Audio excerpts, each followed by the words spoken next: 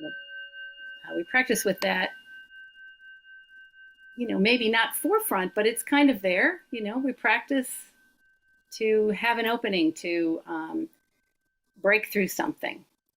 And of course, our delusion here is that, that's going to solve everything. No more suffering.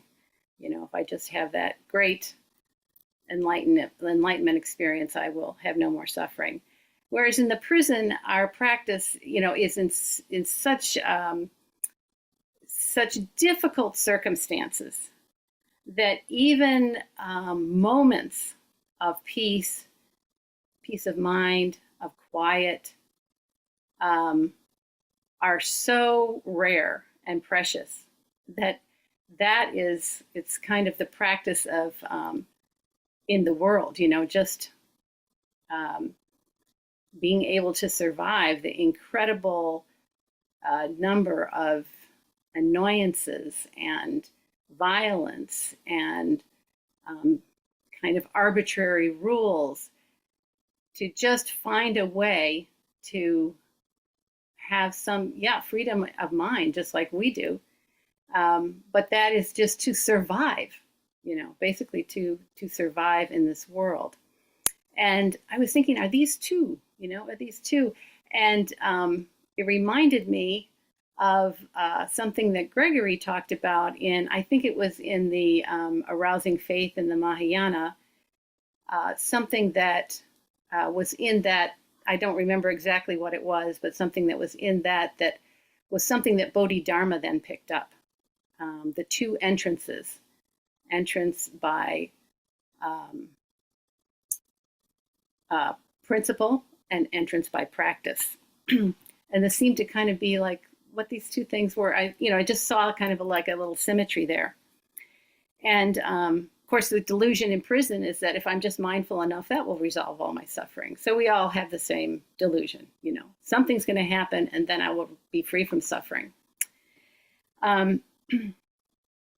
So, of course, these ways overlap. It's not a clean two-way street kind of thing, but I see it really clearly myself being a body in each of these kinds of settings, So, of course, Bodhidharma, our first, Chan ancestor, right, stared at the wall for 9 years. And we, at least in the Dharma Center, still stare at the wall. I don't know if you guys ever sit facing the wall. You don't, you sit facing in. That's why I thought I remember that. Yeah, we still sit facing the wall. So from the 4th century till now, that sitting there facing the wall.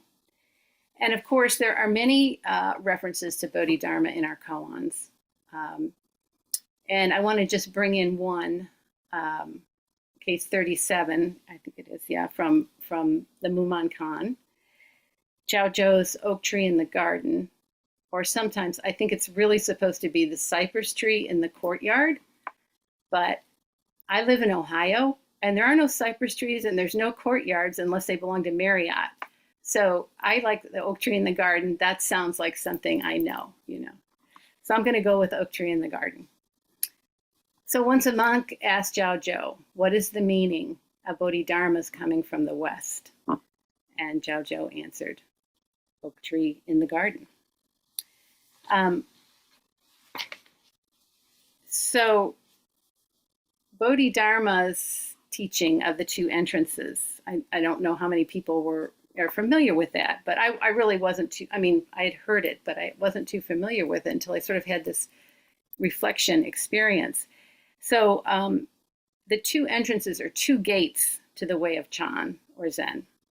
Entrance by principle is that everyone, enlightened or ordinary being, having a profound faith that everyone, whether enlightened or ordinary, has Buddha nature or Tathagata Garbha, that is, it's already present, just obscured by our delusions and our conditioning. So we meditate, we stare at the wall until these discriminations between self and other fall apart. Dogen, as Dogen said in the Fukanza Zenji, Stop searching for phrases and chasing after words. Take the backward step and turn the light inward. Your body-mind of itself will drop off and your original face will appear. If you want to attain just this, immediately practice just this. What drops off when mind and body drop away is these conceptualizations. I'm here and you are there. I am here and the world is out there. That's what drops off. And then entrance by practice, or the gate of practice, is described by 4 practices. The first, accepting whatever befalls us without complaint. The second is adapting to conditions and accepting that we are ruled by conditions, not by ourselves. The third is practice non-craving. And the fourth is practice in accord with the Dharma. In talking about this koan and in this talk, I'll be referring to Guo Gu, which I think is kind of appropriate since he is a Chan master, and we were talking about Bodhidharma. But he says the main message of Bodhidharma's 2 gates is that all of life's challenges and blessings are opportunities for realizing our own wisdom and compassion. But we need correct views, the first entrance, and effective methods of practice, the second entrance. So from the beginning, Zen practice is more than, from the beginning, from Bodhidharma, it's been more than Zen meditation, Zazen, and koans. It's how we engage with the world too.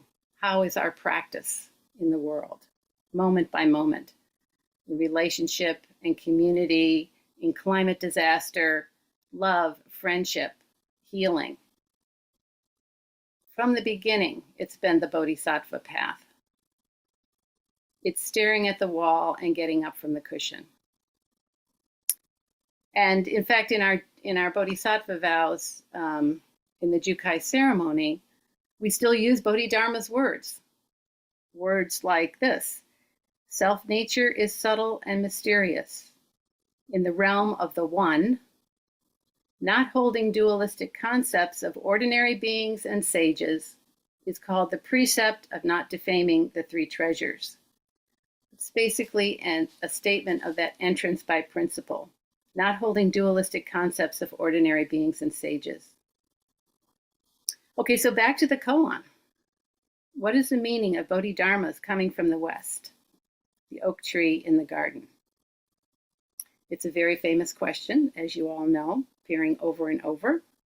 What is the student asking? What did Bodhidharma know that I don't? Please tell me. How can I know? Can I awaken? Who am I?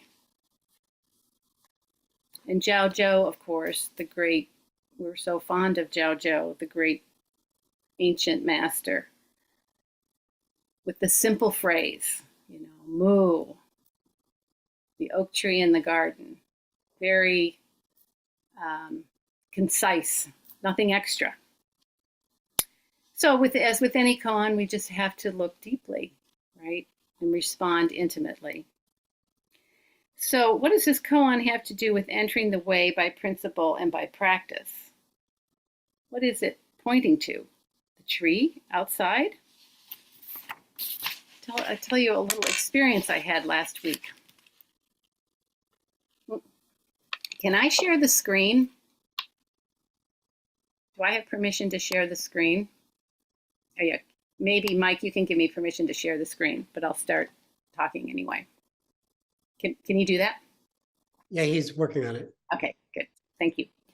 Yeah, so this is last Monday. I get to the prison about 7:30 in the morning, and I go through the first building where they check my bags and everything, and then I get, buzzed through. Great, thank you. Through the first gates, and then I go into the main building, and I'm just going to show you what this thing looks like. Yeah, can you see that? Yeah, then I go into this building, which looks like it could be Mount Holyoke College. It's a beautiful old Victorian building. You can't see it from here, but every single window still has bars on it, even though this is only the administration building now. Um, but because it's a historic building, they can't change it. But anyway, I go into this building and go to the control center. And at the control center, I put in a code and for my keys.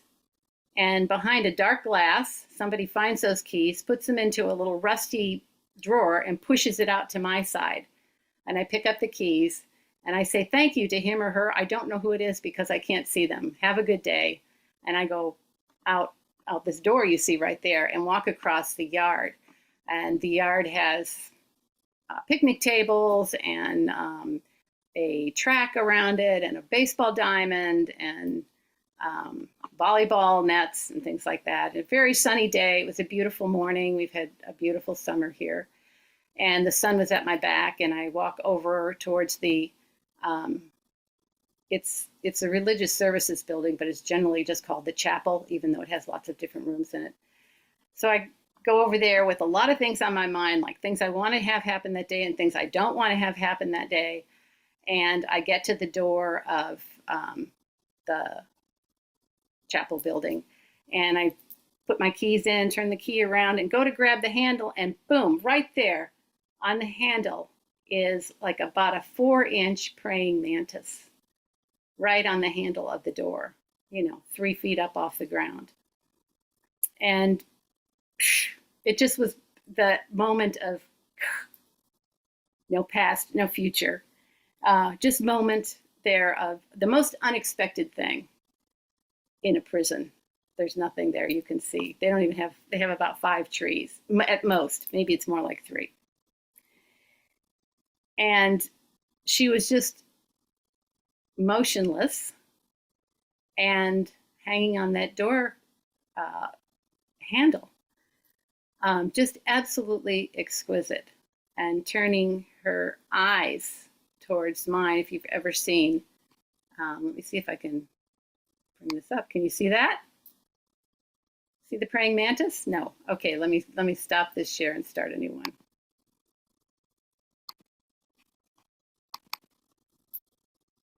See it? Yeah, that's it. Those eyes are gigantic, and they are emerald green, just like in this picture. Those eyes met my eyes met those eyes, and it was unclear whose eyes were seeing whose eyes. And so I thought for a moment, should I move it? But it owned that door handle, pretty much owned the door handle. And I thought, no, it's here. And okay, it's a praying mantis on the door of the chapel. What in the world, in a prison. So anyway, I'm laughing then I just started laughing because it was like so crazy in a way that, my whole day got kind of upended. My scene was upended, but not hers. She was doing exactly what she does. So anyway, I carefully opened the door without touching her. And I go in and unlock the outer door and lock the inner door, get a piece of paper and a pen and write on it, stop, look, praying mantis on door handle, because I didn't want somebody else to grab it, and maybe crush her, and go out there and tape it up. And then one of the women who works with us came in and she said, oh, wow, maybe we should leave the door open so that nobody will crush it. So we decided to do that. We left the door open, and as women came in, it's like, look at the praying mantis, the praying mantis on the door of the chapel. And right away, the women were asking, well, what does it mean? What's the symbolism? What does it mean to have a praying mantis around? And I was just like, well, let's just look at it, and see. And then, but of course, I caved and looked it up on the computer, something they can't really do, Google something like that. And the meaning of the praying mantis is meditation, contemplation, stillness. And especially in China, was honored for mindful movements. But also, interestingly, in Africa, a certain tribe of Bushmen considered it actually God visiting. So I guess you could say I saw God on Monday at the prison. But anyway, so I printed out what the symbolism was, and I hung that up near the mantis, and it's still there on the doorknob, just very slowly making its way around. I hate to take it off the screen, but I'm going to. Okay, back to China. So, what is the meaning of Bodhidharmas coming from the West? Praying mantis on the door handle. Meeting the mantis. Who was looking at whom? Those big knowing eyes, the universe in those eyes. Whose eyes? It was a moment, just this. As Dogen says, to carry yourself forward and experience myriad things is delusion. That myriad things come forth and experience themselves is awakening. So this koan goes on, and the student pursues the question. Master, please don't teach me by reference to outside things. Zhao Zhou says, I don't teach you by reference to outside things. The student says, well, what is the meaning of Bodhidharmas coming from the West? The oak tree in the garden. The student is persistent, you've got to give him that, but he's stuck, on the meaning, just like we all were at the chapel. What does it mean? What's the symbolism? What does it mean? What does it mean? And, tell me an answer to this, this little surprise. What does it mean? And, that's how, we're so like that, tell me what it means. And the problem now is in less than a minute, we find out what it means. We Google it, just like I did. We don't sit and wonder about something anymore. We find the answer right away. But our practice points us in a really different direction. Just don't know.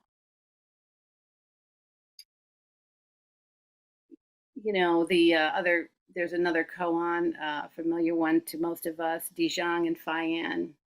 What is the meaning of pilgrimage? I don't know. Not knowing is most intimate. Guogu says, students don't know the genius of not knowing. I'm going to read a little commentary from his commentary on the Mumonkan from this koan. He says, I must say, however, that despite what you think about yourself, that you are smart or dumb, confident or lack confidence, happy or unhappy, through and through you are free. The sky as it is goes for miles, and the ocean has always contained all. If you were to understand this and intellectualize about it with words, it would be a never-ending cycle, samsara. Even the existential question of who you are, what the meaning of life is, what truth is, and so on, have no room here. The fundamental way you are wired is dualistic, self-referential. You assume a permanent, separate sense of me or mine that underlies all your experiences and determines all of your opinions and judgments. Some people assume this is the experiencer of experiences. Putting down the experiencer, what is left are just experiences. When experiences are free of the experiencer, all experiences come alive. I'm explaining it this way so that you can understand the devastation of words and language. They actually determine shape, color, and condition.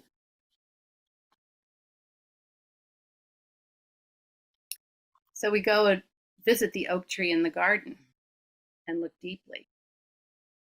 We visit the praying mantis, who has moved ever so slightly around this handle. Where does this tree start? Where does the tree end? Is there a boundary between the tree and anything else? Who is experiencing what? So this koan seems to sit pretty squarely in what Bodhidharma calls the first entrance, the view, the experienced truth of no separation, of Buddha nature. Buddha nature pervading the whole universe right here now as we chant. And yet, climate disaster, injustice, racism, personal crises, our problem world. That's a phrase from the great Harlem Renaissance poet Langston Hughes. Our problem world. Our problem world calls us to the Bodhisattva path. The Dharma gate, the second entrance, the engagement with the world, our practice in the world. Wall gazing breaks down our self-centeredness, our me first mind, our separation. And our practice calls us to be in the world because of that we are not separate. Even in the midst of our own greed, hatred, delusion, we are still called because we cannot not be called, because we are not separate. Together, these two entrances form the Bodhisattva path: wisdom, the view, Buddha nature, and compassion, action in the world. So these two gates, not two, never two, like front foot and back foot walking. So back to the mantis. After several hours, as the mantis was slowly still making her way around the handle, women started to gather around it, which is not good. You can't have people gathering, So they were worried. Chaplain Kate, I think it's injured. I think it can't move. I think it's got a broken leg. I said, I think it's probably okay. No, I think it's injured. I think we got to move it. There was all this consternation about it. And fortunately, at that same time, the horticulture women were working in the garden right there. And one of the women came over and she said, "Oh, I can move it." And I said, "Well, you got to be really gentle if you're going to move it." She said, "Well, we've got some tall grass over there and they like tall grass, so I'll put it in there." And she very, very gently got it off the handle, and it was perfect. It had no problem at all. It was just moving so slowly, nobody could believe that it wasn't like injured or something. It was perfect. It was absolutely beautiful. Green wings, just an emerald green body, and really it was about 4 inches. It was a really big one. And so she carefully put it back into it has a tall grass plant there. And so everybody was relieved that it was back there, which was fine. And about 10 minutes later, this woman yelled, "Hey, Chaplain Kate, there's another one in here, and it's even bigger." So it had a friend in there. Hopefully, hopefully it wasn't a male and she was a female, because it won't last long. But anyway, so this experience of encountering something so wild in the most unwild of places really swept my mind. The experiencer and the experience were not separate. The mantis gave me my turning word for the day and really just scattered my self-centered thoughts like dandelion seed. So we get up from our cushion and step into the world, covered by the dust of the world. But even in the dustiest of places, the wide-eyed mantis stares back, unbelievably still, praying and praying and praying, teaching me the Bodhisattva path. We'll read one more part of Guogu's commentary on this. Can you freely use and experience words and language, or are you conditioned by them? There is an easy litmus test. When someone insults you or says something deeply hurtful to you, how do you respond? When someone praises you, loves you, how do you respond? This does not mean that you should be stoic. Words are not the problem. They are just vibrations to your ears. What makes them meaningful, personal, is your attachments. When you remove your self-attachment, you fully experience the world without coloration. You are directly connected. You see things very clearly and don't feel that I'm over here, you're over there. You're saying these words there, and I'm hearing them over here. Wu Men says, if you can intimately perceive Zhao Zhou's answer, then there is no Shakyamuni before and no Maitreya after. When past and future are cut off, what is left? The conceptual or rational mind works like this. As soon as I say something, perhaps your mind starts churning. It goes to the past or the future. Isn't that true? If you don't go to the past or the future, what will your response be like? You may think, if there's no past and future, only the present is left. No. Recently, someone said to me, we will email you when you go to Taiwan, but by the time you receive the message, it will be the next day, as Taiwan is 12 hours ahead. I responded, it will be 12 hours behind. What is past? What is future? When you adjust your clock every year, where do all those hours go? Is there past? Is there future? Is there present? Zhao Zhou's cypress tree cuts through all of this. Do you understand? Wu Men so kindly provides a cue. Words cannot reveal it. Speech does not rise up to the occasion. You must personally come to know this. So intimate, so close. Practice hard.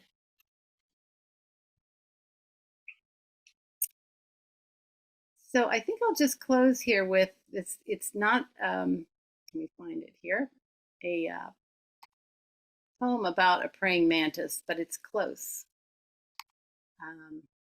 Mary Oliver's Who Made the World? You may be familiar with it. Who made the world? Who made the swan and the black bear? Who made the grasshopper? This grasshopper, I mean. The one who has flung herself out of the grass, the one who is eating sugar out of my hand, who is moving her jaws back and forth instead of up and down, who is gazing around with her enormous and complicated eyes. Now she shifts her pale forearms and thoroughly washes her face.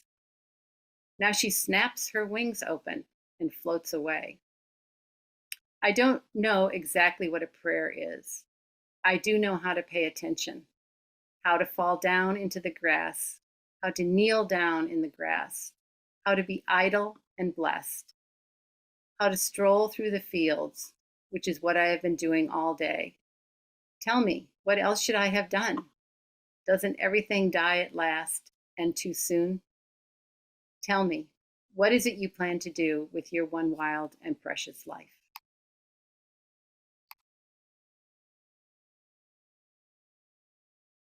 Thank you. Sensei Katie, I'm deeply touched by the depth of your practice in that talk and your presence. And would you be open to having a few questions? I know you guys, sure, let's talk. Mm-hmm. Yeah. So if you'd like to ask a question or make a comment, make a bow, and Sensei Egart will acknowledge you.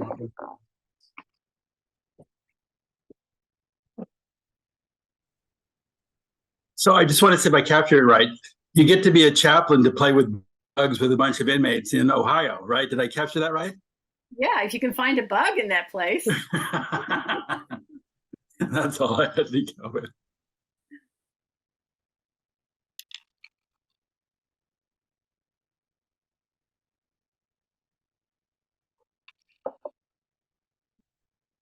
Does anyone remember when Gregory talked about this a little bit? Yes. Yeah. Yeah, I do. Mm-hmm. He was also talking about it when he was talking about the platform sutra, I think.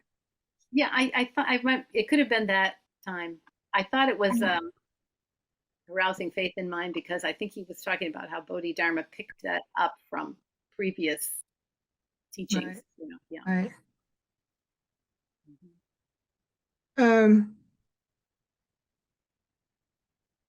it, I was struck by Wogu's commentary about not being stoic, being clear-sighted. It seems to me that that's also a way of being responsive. Do you see that, or am I imagining it? You mean that what he was saying about not being stoic is a He said, what did he say? He said, not, doesn't mean to be stoic if somebody says something good or bad about you or hurtful or not to be stoic. But what did he say? To be clear? well, he said it's about the attachment. It's not the words. The words are neutral in a certain way, but it's our attachment to what we think the meaning is, I think is what he's saying there. Do you want me to read it again? Yes, please. Mhm. Yeah, I think you're right. It's about being responsive. Let's see here. When someone insults you or says something deeply hurtful to you, how do you respond? When someone praises you, loves you, how do you respond? This does not mean that you should be stoic. Words are not the problem. They are just vibrations to your ears. What makes them meaningful, personal, is your attachments. When you remove your self-attachment, you fully experience the world without coloration. You are directly connected. You see things very clearly and don't feel that I'm over here and you're over there. You're saying these words there and I'm hearing them over here. Yeah, I think that interpretation that you just said about being responsive is really what's there. Well, he starts off with, how do you respond? So, yeah. Yeah, yeah, Yeah. Okay. Thank you very much. yeah, That's thank helpful. you. Mhm.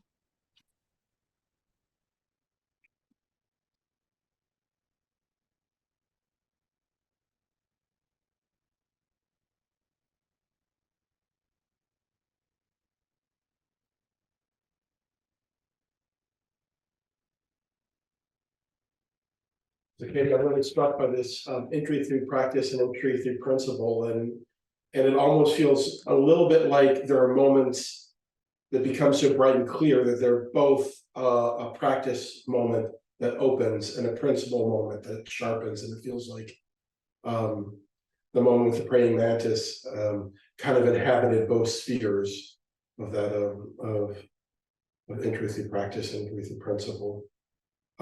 How do you help the folks that you sit with in the prison situation find those entry gates in their lives, and how do you offer them practices to kind of to chew on their life and let it open them?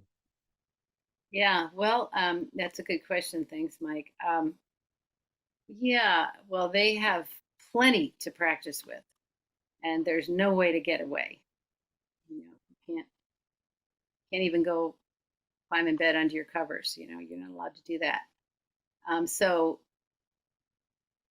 they're practicing every single minute, basically, if they want to practice. There's no two ways about it. But I think one of the most valuable things that we do in there is sit together in silence. That is not something they have. They don't have to talk about themselves. We have tea. We also have we have a mindful tea at the end of our practice, where we just do a gatha and then drink our tea in silence. And that is a kind of a peak moment, because it just doesn't happen. You know, kind of a good herbal tea in a real cup that's not styrofoam. And I know that the women feel like they don't, that it's a relief not to have, you know, most groups are, you have to talk about yourself, you have to talk about your issues, you know, which is good. It's all that, you know, therapeutic kinds of things, recovery kinds of things. But in our group, not having to do that, to just drink tea, to just sit together in silence is healing in itself. And we really stick to the basic practice. of, following the breath or counting the breaths, walking, and and then we usually have a circle with questions, and that's where some more teachings, I guess, would come out sort of organically. I think I one time gave a talk early on to you guys, I think, about how I used to initially I have to drive an hour to the prison, and during that hour I think, well, today I'm going to talk about the four immeasurables, or today I'm going to talk about the Noble Eightfold Path. And I'd get there, and of course none of it would work. You can't go in there, you have to go in empty-handed. You really have to go empty-handed, because there could have, anything could be happening that's got people stirred up. So you go in, and you just have to pay attention to what arises, and it's a real spontaneous kind of thing. Although now I'm starting a group of what I'm calling, for lack of a better term, advanced Zen. So there's several women who have taken the precepts, and we will be meeting in a different day together, where we can really start doing some more. They've been practicing for a while, so that will be a little bit different. But the group that I have every Monday, anybody can come. So I have people who have never sat before. I have people who've been sitting for a long time, all that. Yeah. Does that get to your question, Mike? That and so much more. I'm really grateful. Thank you so much. Lots to chew on, and I'll put many of those gifts in my pocket and walk around with them. And it's also really nice to just, be reiterated that just coming back to the breath, watching your steps with this loving attention. Those are incredible gifts too, great doorways.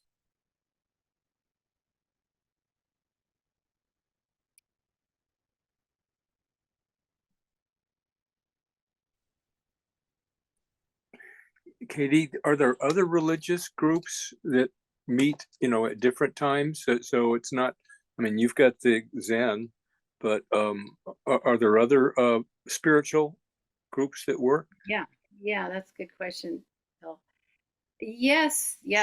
Actually, this prison, the two full-time chaplains are very much about interfaith and having plenty to offer.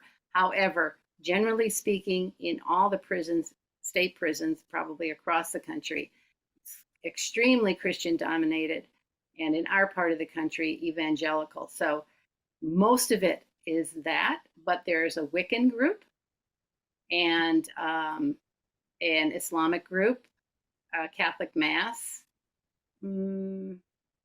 and let's see, mostly all the other things are versions of Christian. There might be Jehovah's Witnesses, or specialties in Christian faith. And there's twice a week big Christian service, huge. Hundreds of women come to those. So it's Ohio, and most people are Christian. So, but yeah, no, we're fully support. If and it's actually a legal right, if you have a faith tradition, you have to have support.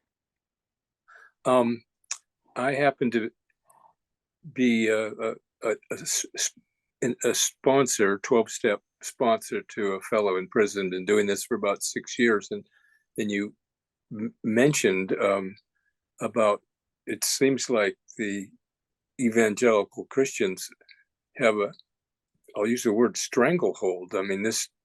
My inmate is gay, and he says he's a Christian, but there aren't any Christians there that are going to accept him the way he is. And so what you're doing is offering, that's wonderful. And I don't know how it can be more integrating all spiritual groups, but at my end, I certainly don't see it here, and it's makes it even harder. Yeah. Well, Christianity and the prisons have been intertwined since the beginning. It's always been a place for proselytizing, and also it's a place for the state to save money, because they can have Christian groups come in and do recovery programs, as volunteers. They can have, because there's tons of churches with money that, have their people go into prison. So it's a convenient relationship in that way. And it can be, unfortunately, like they call our building the chapel, which I don't really like, because it's not just a chapel, it's a spiritual center. And so there's plenty of people who also avoid Christianity because it's been the source of trauma. Yeah. And so I hate to have it be associated like that, but it's kind of insidious. Like they put new tile in our building, and in our office, the chaplain's office, it's a really pretty blue and white tile. But I noticed when they put it in, they put white tile and then a blue crucifix cross in the floor. Like, I don't think you can do that. It's not constitutional, but Yeah. But and it depends. It depends on the individual chaplains, how welcoming they are. I never had, when I was just coming in to do the Zen group, I never got a contract, even though the Wiccan guy got a contract and the Islamic woman got a contract, and their groups were smaller than mine. But it's a tricky business, And as far as now being a Buddhist chaplain that's being paid, until our governor finds out, I'm pretty good, but I don't know, until the legislature is like, what are we paying for? Who knows? And I mean, it's just embedded. Every meeting starts with a Christian prayer. So, but like I said, in the prison I'm with, and in the two women who are the other two chaplains, they're quite progressive, but that is unusual. Do they have AA meetings? Oh yeah. Okay. Oh yeah, AA and NA every night of the week. Okay, but separate from Christianity. Yes, I think so. But there's also like Recovery Bible. There's a Recovery Bible that they give out to everybody. That's Recovery Bible. Yeah. Okay. Thank you. Yeah. Thank you for your work. Saving all beings. Yeah. Well, not really. One at a time. Katie? Half of one at a time. Hey, Katie, I have one more comment.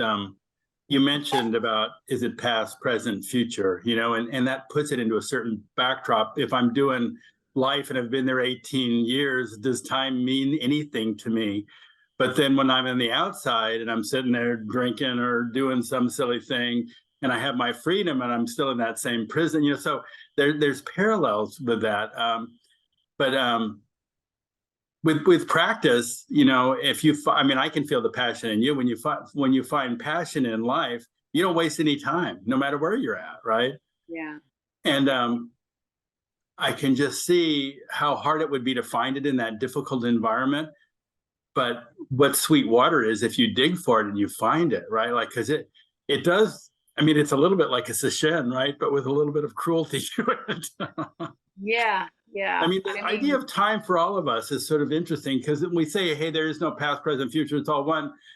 But I feel like I'm getting more gray hair every year, and people that I know aren't here anymore. And so something happens, and right? Yeah. So,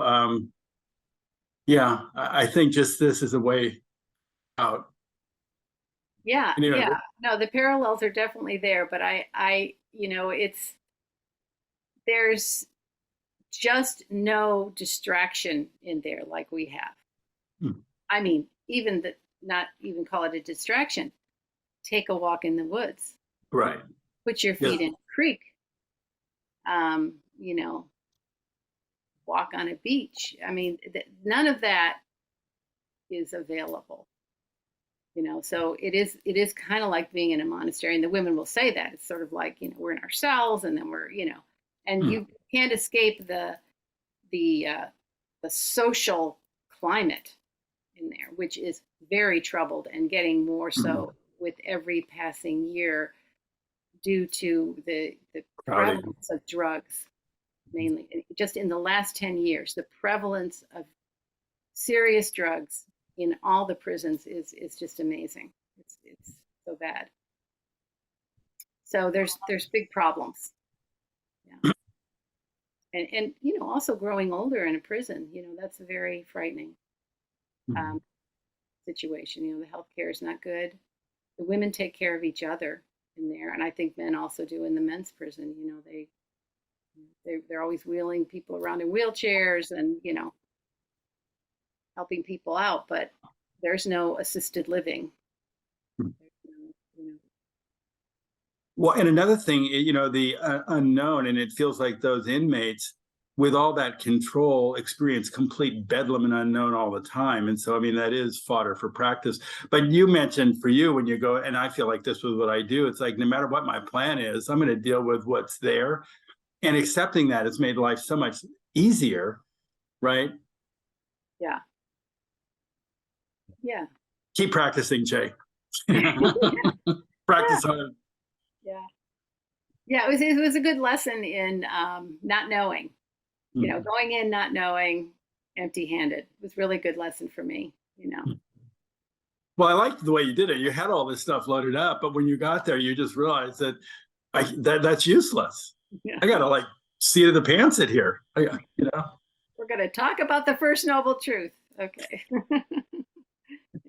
Really, well, thank you so much for sharing, and it's nice to know you as sitting down with somebody, but then this wonderful work you're doing too. So thank you for sharing that. It's great to see everybody. It's wonderful to see you. Oh, Katie, I have one question. You Yeah. mentioned several different spiritual, you know, perspectives. Do you have experience of Native American groups in your prison, or? There have been some. There are not many Native Americans in our prison, but it does come up, and we try to invite people in to do various things, but there isn't a regular group. And I think that might, you know, that might depend on, you know, we are on completely unceded land everywhere, and everyone is gone. They're in Oklahoma or they're in Florida. All our original people around the Ohio area, they're gone.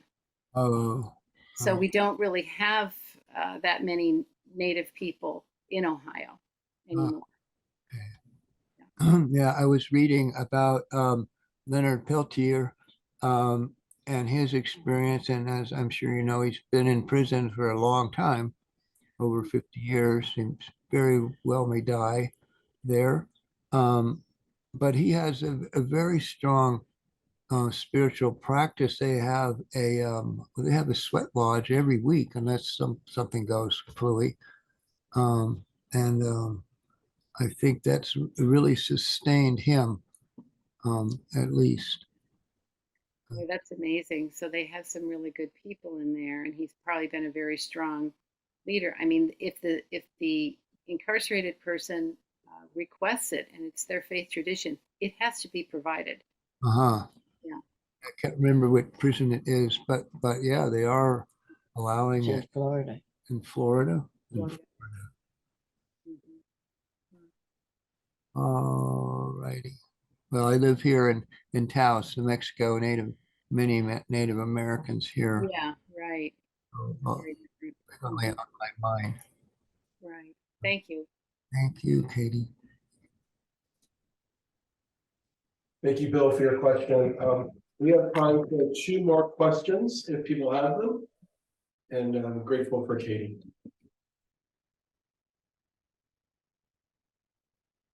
Your voice wants to enter, even if you feel like your question doesn't matter.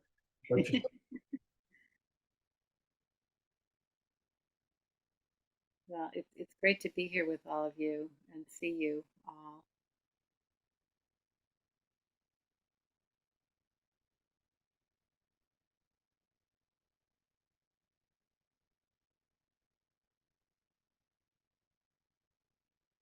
But in the silence, give us space for 1 or 2 more questions to see if they arise.